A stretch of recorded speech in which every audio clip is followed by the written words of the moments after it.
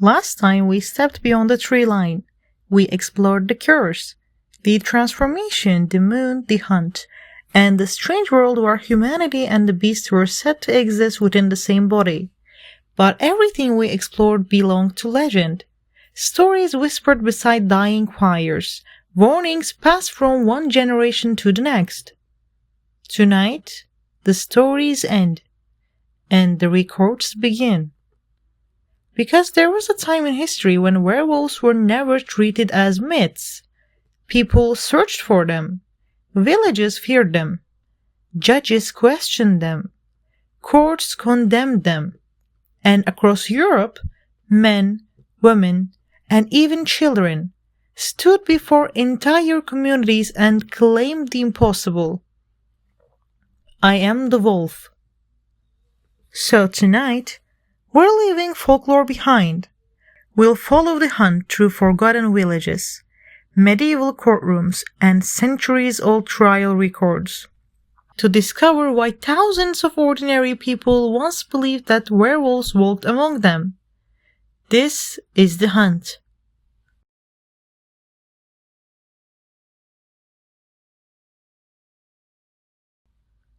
Long before werewolves stood before judges, they were already being hunted. Not because anyone had proof they existed, but because people believed they did. To understand the werewolf trials, we first have to understand the world that created them. Imagine Europe 600 years ago. The forests were vast. The roads disappeared into endless trees. Villages lived in isolation, sometimes days apart from one another. When the sun disappeared, so did certainty. There were no streetlights, no police, no newspapers waiting to explain the unexplainable. Only darkness and whatever might have been hiding inside it. Wolves were everywhere. Unlike the image many of us have today, medieval wolves weren't distant wildlife living far from civilization. They hunted close to villages. They attacked livestock. During harsh winters, starving packs occasionally entered human settlements in search of food. Children sent to gather firewood sometimes never returned. Travelers vanished along forest roads. Sometimes their bodies were found, sometimes they weren't. And when fear has no answer, the human mind creates one. Across Europe, stories began to spread. Some claimed enormous wolves walked on two legs.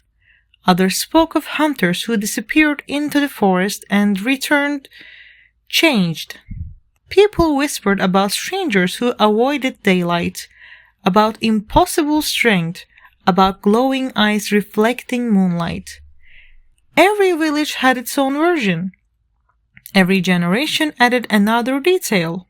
Over time, the line between wolf and man began to disappear. Ancient myths only strengthened these beliefs. The Greeks told the story of King Lycaon, a ruler who challenged the gods and was transformed into a wolf as punishment. In the Norse sagas, warriors were said to wear wolf skins into battle, believing they could borrow the animal's ferocity. Across Eastern Europe, tales of shapeshifters blended with local folklore, religion, and fear. Different cultures, different names, but always the same idea. Somewhere a human could become something else. Then the church entered the story. As Christianity spread across Europe, many old pagan beliefs were reinterpreted through a new lens. Creatures once feared as spirits of the wilderness became servants of evil. Transformation was no longer simply a curse. It became evidence of a pact with the devil. And once that idea took hold, the hunt changed forever. People were no longer searching for an animal, they were searching for a person, a neighbor, a traveler, a shepherd, someone who looked completely ordinary until the stories began. And once suspicion found a name, it rarely let go. This was no longer folklore, it was becoming accusation. And soon, those accusations would reach the courtroom. Fear has a way of changing. At first, it lives in stories, it lingers in whispers. It warns children not to wander too far into the forest, but sometimes fear grows powerful enough to become law. By the late Middle Ages, Europe had entered one of the most turbulent periods in its history. Famine swept across entire regions. Wars displaced thousands of people. The Black Death had devastated communities, leaving behind not only empty villages but a deep need for answers. Why had so many died?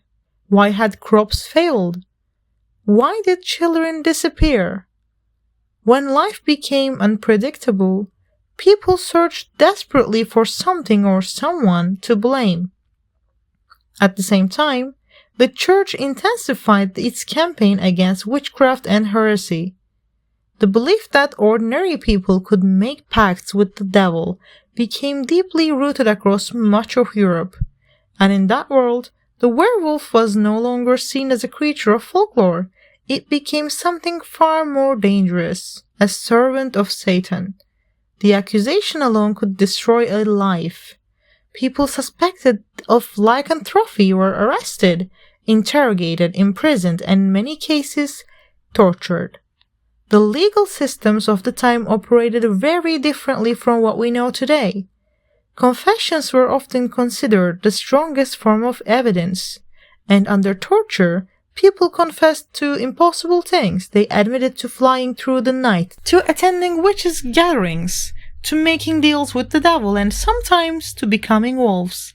Whether those confessions were true or simply the desperate words of someone trying to end unbearable suffering is something history can no longer answer. What we do know is that courts believed them.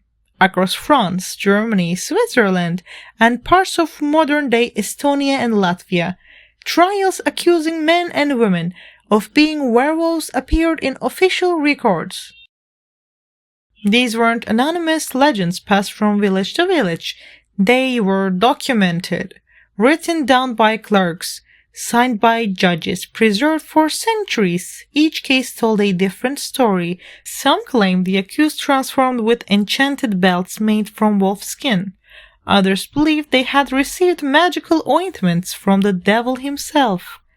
Some described savage attacks on livestock. Others accused the werewolves of murdering travelers or even children. To us, these accusations may sound impossible, but to the people living at the time, they were terrifyingly real. The courtroom became another battlefield in the hunt, not a hunt through forests, but through villages. Neighbors accused neighbors, families turned against one another, rumors became testimony, suspicion became evidence, and once the verdict was delivered, there was rarely any escape. Among all of these trials, one name has echoed through history more than any other. A farmer from small German town of Bedburg. I'm not sure if I just pronounced it correctly, but I hope it's Bedburg. A man whose confession would become one of the most infamous werewolf cases ever recorded. His name was Peter Stumpp. If there's one name forever tied to the legend of the werewolf, it is Peter Stumpp. His story has been repeated for more than 4 centuries, in books, in documentaries, around campfires, and across the internet. But before we begin, there's something important to remember. Almost everything we know about Peter Stumpp comes from a small number of surviving historical accounts. Many of those accounts were written after his execution, and much of the evidence against him relied on a confession obtained under torture. So as you listen to this story, ask yourself one question. Are we looking at the confession of a monster? Or the final words of a man who never had a chance to defend himself? It's up to you. The year was 1589. The place, the small German town of Bedburg. For years, the surrounding countryside had been gripped by fear. Livestock disappeared, travelers vanished. Bodies were discovered in nearby fields. Some had been torn apart so violently that people struggled to believe any ordinary wolf could have been responsible. The attacks became so frequent that the local authorities organized hunting parties. Armed men entered the forests day after day, determined to kill whatever beast was responsible. According to the surviving accounts, one hunt ended differently from all the others. A large wolf was seen fleeing through the trees. The hunters gave chase, but just as they closed the distance, the wolf was gone. Standing nearby was Peter Stumpp, alone. The animal had vanished. The man remained. To the hunters, there was only one explanation. They believed they had just witnessed a werewolf return to human form. Peter was arrested almost immediately. What followed would become one of the most infamous interrogations in European history. Under torture, he confessed to extraordinary crimes. He claimed that years earlier, the devil himself had given him an enchanted belt. A belt that allowed him to transform into a wolf whenever he placed it around his waist. Once transformed, he said he became faster, stronger, and consumed by an overwhelming desire to kill. His confession grew even darker. He admitted to attacking livestock, to murdering travelers, to killing women, to killing children. Some accounts even claimed he confessed to acts of cannibalism, describing how he had eaten the flesh of his victims while in wolf form. The accusations became increasingly horrifying. Incest, murder, witchcraft, a pact with the devil. By the end of the trial, Peter Stumpp had become more than a criminal. He had become the very image of evil. On October 21st, 1589, his sentence was carried out. It was unimaginably brutal. His body was torn apart with heated iron pincers. His limbs were broken. He was beheaded. And finally, his remains were burned. The execution wasn't meant only to punish, it was meant to send a message. This was the fate of anyone believed to walk as a wolf. But centuries later, historians began asking difficult questions. Was Peter Stumpp truly a serial killer whose crimes became wrapped in supernatural beliefs? Was he an innocent man broken by torture? Or was his case transformed into propaganda during a time of political and religious conflict? The truth may never be known. The enchanted belt has never been found. No physical evidence survives, only written accounts, copied and retold across generations.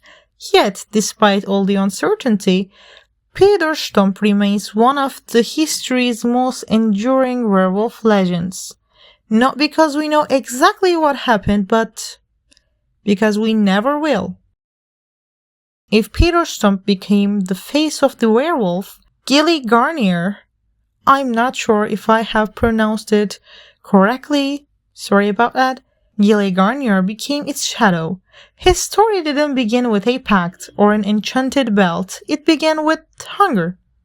The year was 1573. Eastern France was suffering through one of the harshest periods in its history. Crop failures had left villages struggling to survive. Food was scarce. Winter seemed endless, and every day became a fight to find enough to eat. Some families abandoned their homes, others turned to the forests, hoping to find anything that could keep them alive. It was in those forests that Gilles Garnier chose to live. Unlike most people in the surrounding villages, Garnier had withdrawn from society.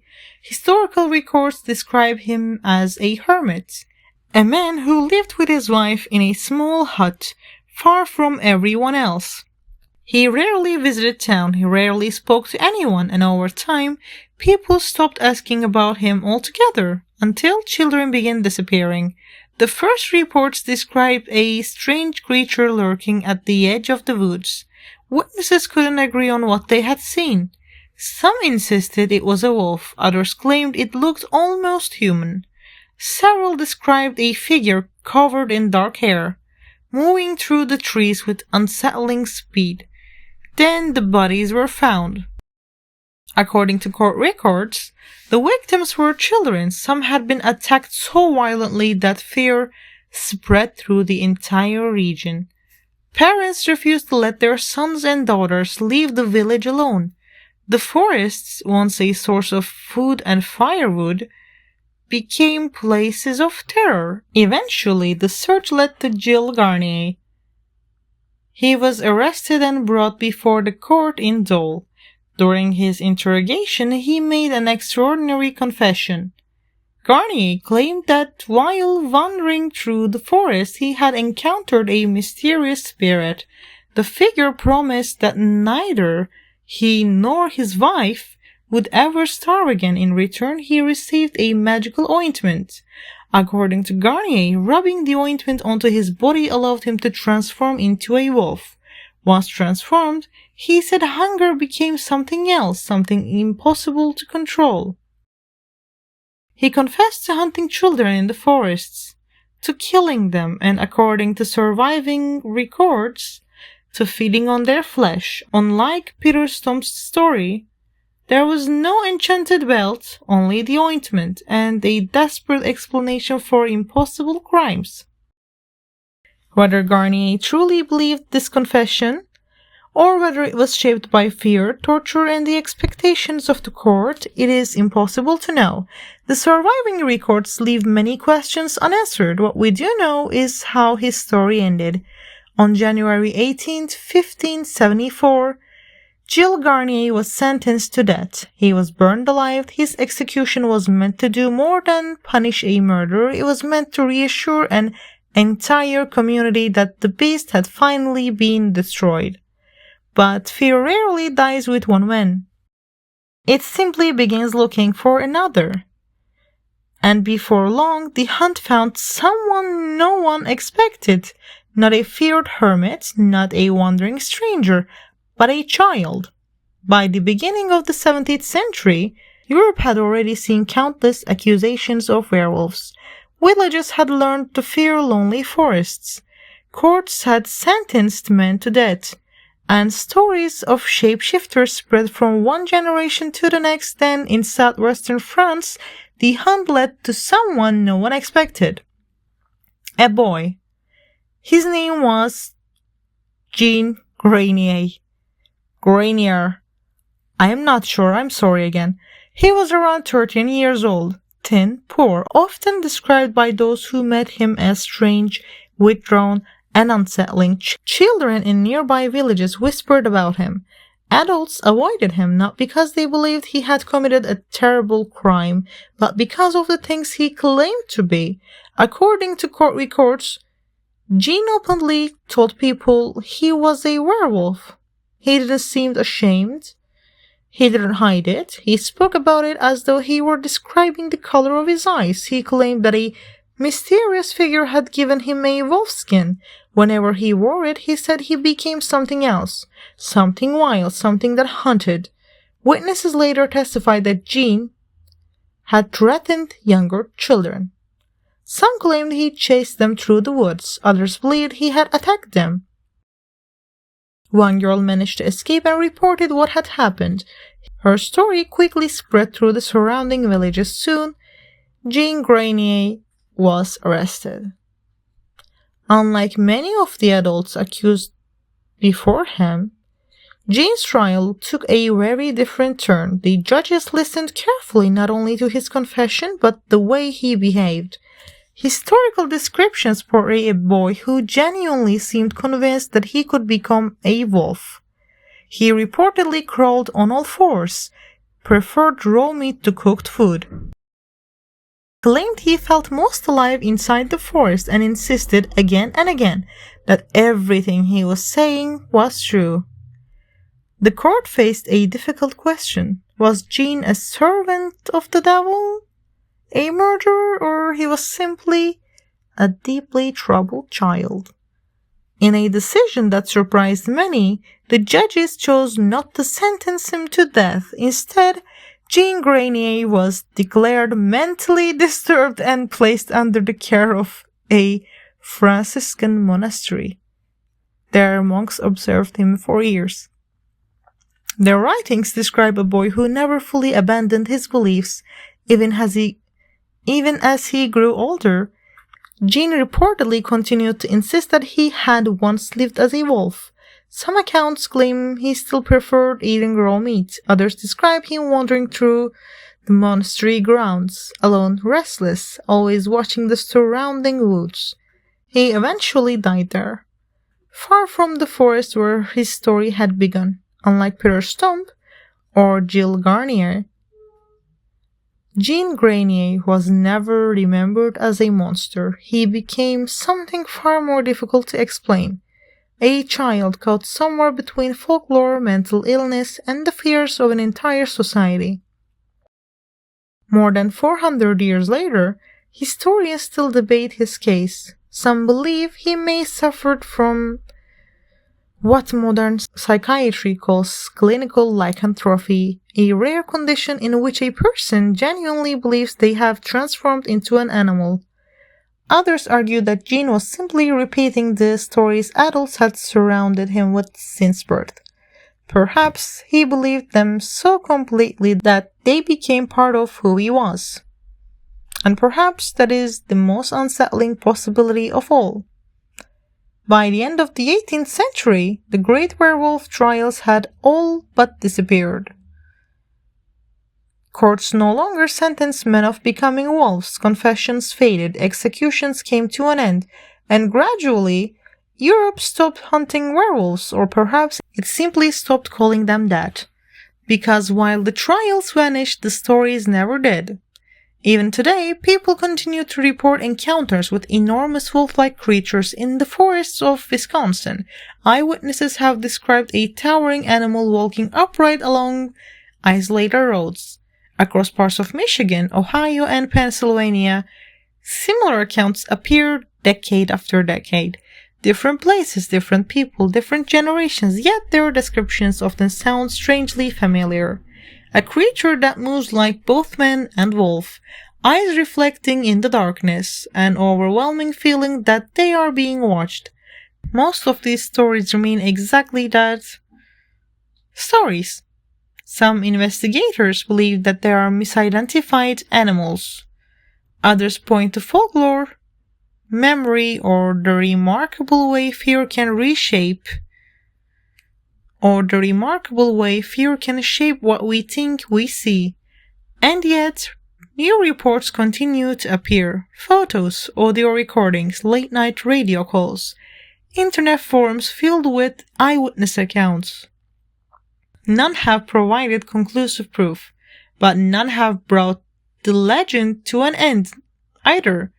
Perhaps that shouldn't surprise us, because the werewolf was never sustained by evidence alone. It survived because every generation found a new reason to tell its story.